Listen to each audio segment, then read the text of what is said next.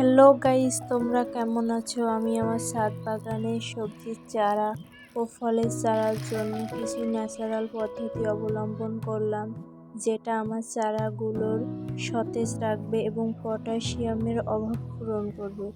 এর জন্য আমি কিছু কলার খোসা টুকরা টুকরা করে কেটে পানিতে ভিজিয়ে রাখলাম। এটা 2 থেকে 3 দিন ভিজিয়ে রাখতে হবে। দেখুন কলার খোসাগুলো কেমন কালো হয়ে গেছে আর পানিটাও কালো হয়ে গেছে। এখন এটাকে আমি সেঁকে নিয়ে আমার শশার চারাতে দিয়ে দিলাম।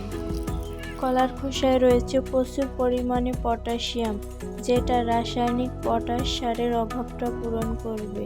তাই আমরা এই সবজিগুলো নিজেরাই খাবো বলে এটা কোনো রকম রাসায়নিক সার ব্যবহার করব না। সব কিছুই ন্যাচারাল পদ্ধতি অবলম্বন করব। এটা আমার লাউয়ের চারাগুলো দেখি ভালোই গজিয়েছে। চারাগুলোয় পানি দেওয়া হয়ে গেলে যে কলার খোসাটা রয়েছে এটা আমি ফেলে দেব না।